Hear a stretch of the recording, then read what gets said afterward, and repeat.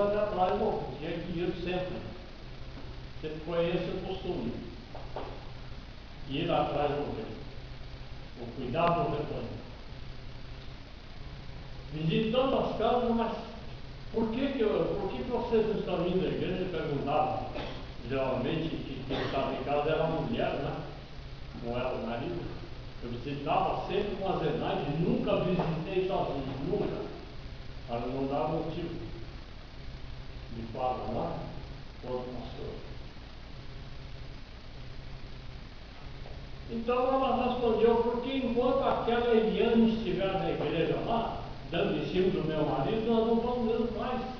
Então ela era uma irmã muito aparentemente crente, que dava em cima de todos os homens da igreja, dava em cima para valer mesmo.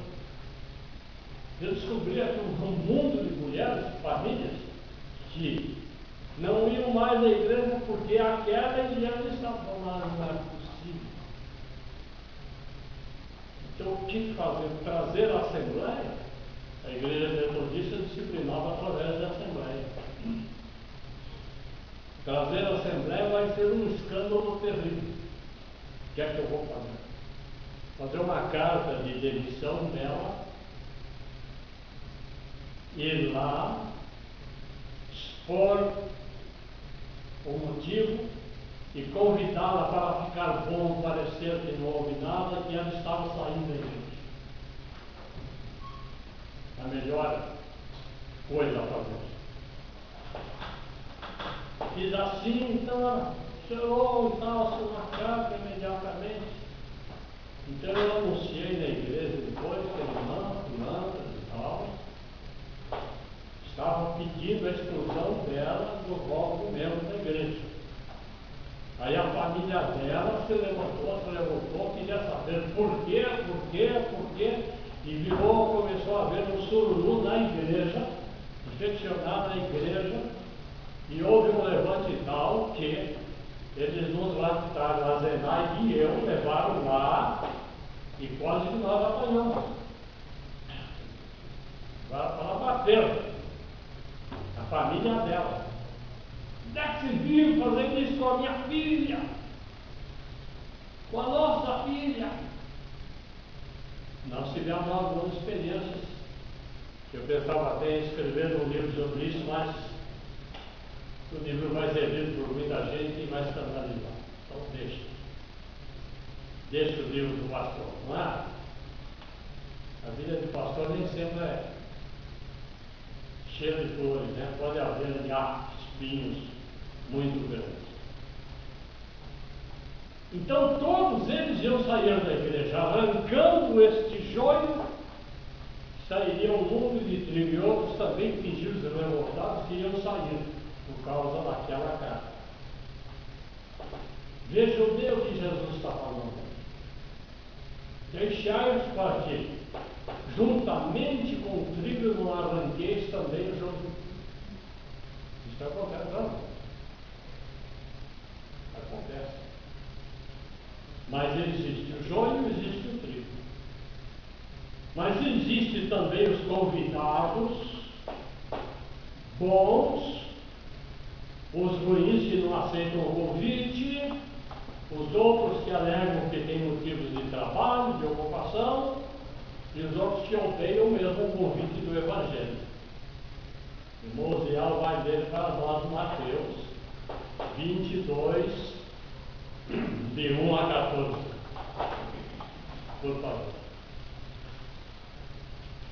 Os convidados para sempre.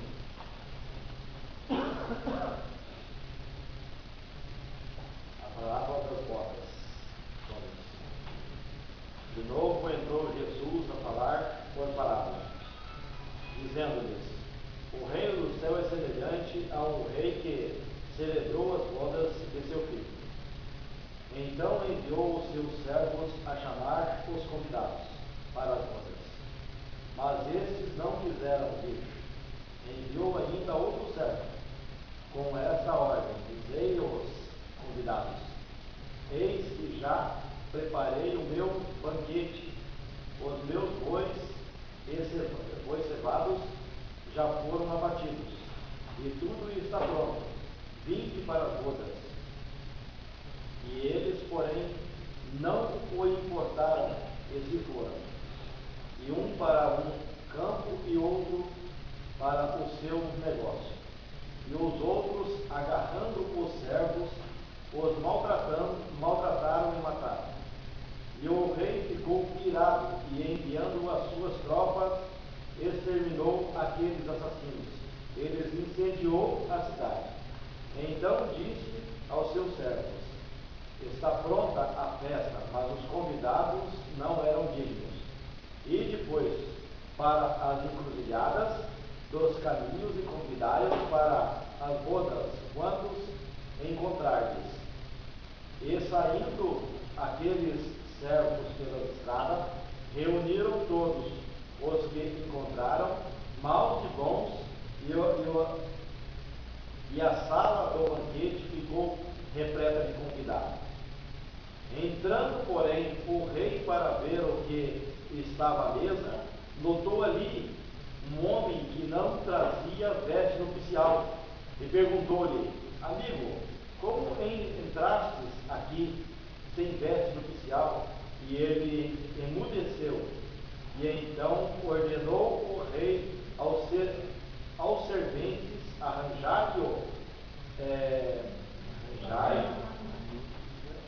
amarrai de pés as mãos e lançai-o para fora das trevas, e ali haverá choro e ranger de dentes, porque muitos são chamados, mas poucos escolhidos. Então, como nós vemos, está de novo Jesus comparando o reino dos céus. Primeiro comparou uma rede, né? Os pescadores, depois comparou a plantação do trigo, e agora compara o reino dos céus, aqueles que são convidados a participar do banquete espiritual, as bodas de seu filho. E naquele tempo era um convite mais especial que havia, era a maior festa que podia existir. Então, Jesus compara o reino dos céus a esse convite para as bodas de seu filho Jesus. Agora nós vemos que as reações foram diferentes, não é? Uns nem se importaram, não quiseram, não interessava esse convite, não iriam. Mas o rei manda dizer: eu já preparei o meu banquete, nós não temos que preparar. O amor de Deus já está preparado, a graça está preparada, a salvação está preparada. A nossa justificação está preparada, o céu está preparado. Não há nada que nós possamos fazer a não ser aceitar o convite. Mas nem assim eles quiseram vir, não se importaram. Eu tenho meu negócio lá, eu tenho meu campo para cuidar. Infelizmente não posso ir. É o que nós encontramos hoje lá. Muitas desculpas nesse sentido. Mas finalmente o rei fica irado e manda convidar agora não só aqueles convidados especiais, mas agora todos que quiserem vir. Então aquelas pessoas aceitaram, vieram para o banquete. Só que uma dessas pessoas não trazia a veste nupcial, que era costume aos que davam o banquete ter uma veste nupcial que a pessoa vestia para participar do banquete. A gente pode pensar, meus irmãos, que todos que estão convidados aqui estão preparados para o reino dos céus. Às vezes não. Aquele homem achava que estava preparado. Talvez ele pensasse: a minha roupa é muito boa, está em ordem, é bonita, é nova, não preciso desta roupa, desta veste nupcial.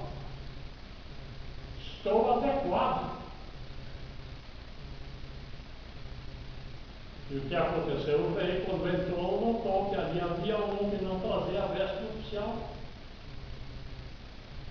E quando se dirige a ele: amigo, como entraste aqui sem veste nupcial?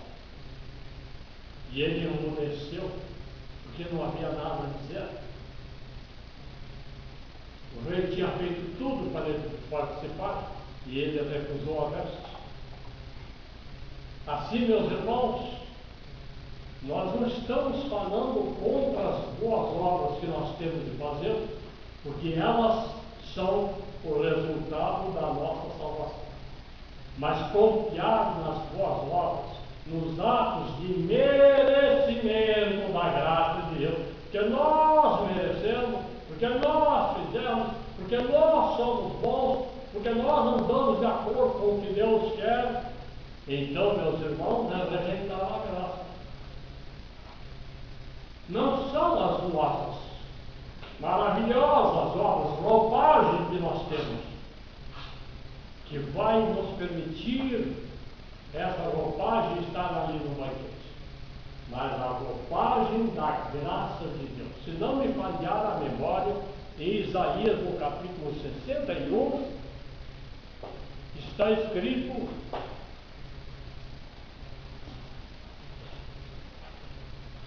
que o Senhor me vestiu. As boas novas da salvação? Acho que é o versículo 10. 10. Elogiar-me-ei muito no Senhor, e a minha alma se alegra no meu Deus, porque me cobriu de vestes de salvação e me envolveu com o manto da justiça, como um noivo que me adorna de turbante, como um noivo que me adorna de turbante, me enfeita com as suas joias. Está vendo? É o Senhor que me cobriu de vestes de salvação. Não é a minha roupagem, é a roupagem do Senhor, da sua graça, do seu amor. Então é possível haver dentro da igreja pessoas que se julgam cristãs, porque elas estão fazendo isso e não fazem aquilo, e não fazem aquilo, e realizam isso e aquelas são adequadas, estão apropriadas para participar do reino de Deus, porque elas são boas. É possível, não é? Mas é a misericórdia de Deus que nos torna capazes, a graça de Deus que nos torna capazes de participar do reino dos céus. Outra coisa, o tempo está voando, não é, meus irmãos? Então não existe só os de aparentemente bons é que são realmente salvos.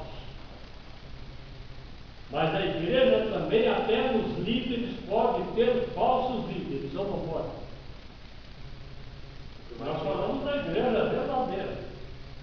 Estamos falando de igreja falsa, né? Mas ela pode ter falsos líderes. Falsos irmãos, não pode? Vamos ver rapidamente, eu vou ler para os irmãos para correr um pouquinho. 2 Coríntios, capítulo 11, versículo 13. O apóstolo diz: porque os tais são falsos apóstolos,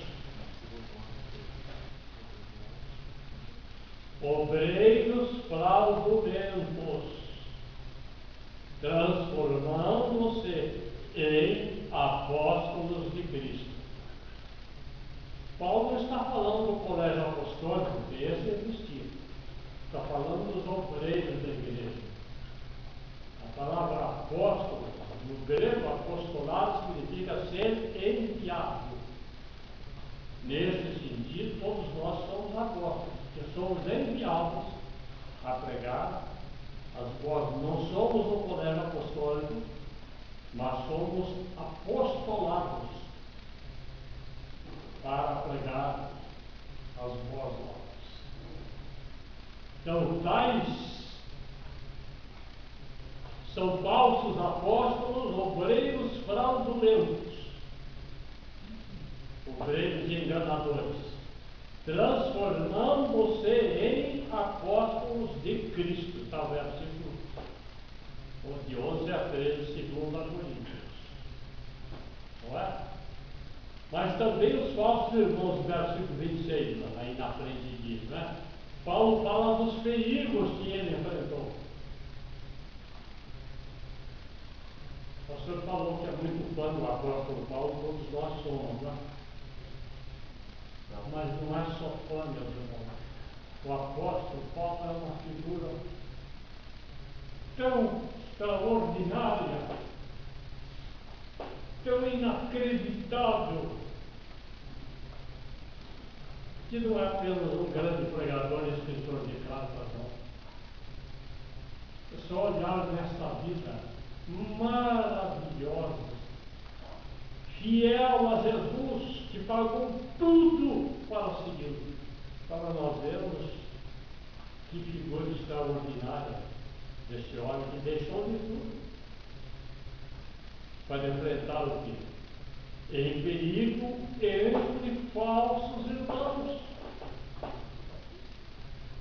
Pastor, deixa eu só, desculpa interromper o seu pensamento, mas a gente tem que ter cuidado com as palavras. Não sei se eu estou certo ou errado. Acho que a palavra mais certa seria admirador, porque a palavra fã vem de fanático, né? Fanáticos são pessoas que não estão muito centradas, né? Admirador, e acho que talvez o termo mais adequado, né? Porque adoramos a Deus e admiramos o apóstolo Paulo. Fã vem de fanático. Nós não só admiramos, nós somos imensamente gratos a Deus pelo apóstolo Paulo. Nós não oramos rezando para Paulo, Então, para ninguém, certo? Mas eu não gosto muito da palavra fã, admirador, não.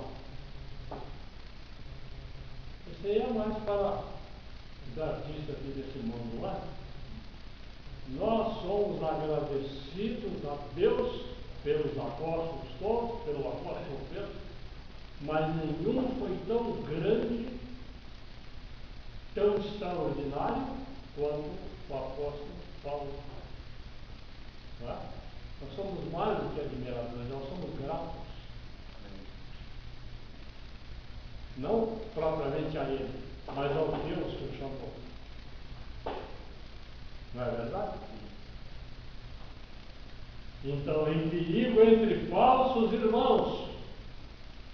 E aí no 2 Timóteo 4, versículo 14, Paulo está vivendo os últimos dias da sua vida e rememorando os acontecimentos. E ele diz: Alexandre, o latoeiro, causou-me muitos males. Quantos males o apóstolo enfrentou? 3 João, versículo 9, lemos aí o João, o apóstolo, escrevendo Diótrefes, que gosta de exercer a primazia, entre eles não nos dá acolhido. O que é exercer a primazia? Nós falamos assim, ouvimos falar do primaz da igreja, católico, do primaz da igreja, então, quer dizer o primeiro. Quer ser o primeiro, o mais importante, o que comanda a coisa. Então, Diótrefes, que queria ser o primaz ali da igreja, não recebia João, o apóstolo, que quer exercer a primazia. Meus irmãos, me perdoem eu dizer isso aí, mas no meu ministério encontrei muitos Alexandres latoeiros e muito mais Diótrefes, que quer ser o primeiro em mandar.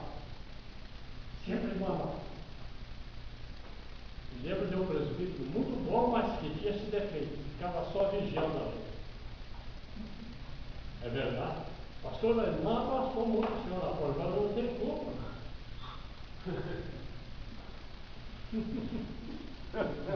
Eu sou negro em São Paulo. Ele dizia assim: o papel do presbítero era vigiar o pastor. É verdade, ele disse isso e vários outros presbíteros me disseram muitas vezes. O papel do presbítero é estar de olho no pastor. Eu dizia: não, o papel do presbítero é vigiar o rebanho com o pastor. Mas vejam bem, eles querem ser os primeiros, mandar, e alguns mandam, eles mandaram aqui na igreja Silvio Jardim, mandaram embora imediatamente um grande pastor, um homem muito bom, porque pisou no pé deles. E era por motivo justo. Mas o pastor tinha que entender que são eles os donos da igreja. O faz o que nós queremos, não. Vai não. Vai. Que bom conhecer alguns. Olha, o tempo já passou, viu? Tinha mais uma parábola, mas não vai dar. Só vou citar esta parábola. Das virgens, das 10 virgens de Mateus 25, não é? De 1 a 12. As 10 virgens que Jesus fala, o reino dos céus de novo, é semelhante. O reino dos céus é semelhante a 10 virgens que, tomando as lâmpadas, saíram a encontrar-se com o noivo. 5 dentre elas eram prudentes, mas 5 não eram. Agora o que aconteceu? O noivo tardou. Será que Jesus está tardando? É a nossa pergunta. Parece que está lá 2000 anos depois disso lá. Ele ainda não voltou. Mais tarde Jesus falou, tardando o noivo. O que aconteceu? Ele está falando de 10 virgens. 10 iguaizinhas. No vestir, no sentimento, na aparência, em tudo. E elas receberam o convite, saíram para o encontro do noivo. Mas havia uma diferença. 5 delas eram prudentes e levaram azeite para as suas lâmpadas. As outras, aparentemente iguais, tinha uma diferença, não levaram azeite suficiente para as suas lâmpadas. E como o noivo estava demorando muito, o que aconteceu com elas? Com as 10? Que? Adormeceram, e adormeceram. Estavam tardando, adormeceram, caíram no sono. Jesus está dizendo aqui que a igreja inteirinha ia cair no sono. Que não foram só as nestas que caíram no sono, as prudentes também caíram no sono. Não é verdade? Igreja que dorme. Não vem mesmo. Vamos levando a Bíblia lá. Caíram no sono. Mas à meia-noite, então, surgiu o grito. Ouviram o grito, o noivo está vindo. Todas se levantaram, porque todas estavam esperando o noivo. Mas, com 5 delas, elas não puderam prosseguir. Por quê?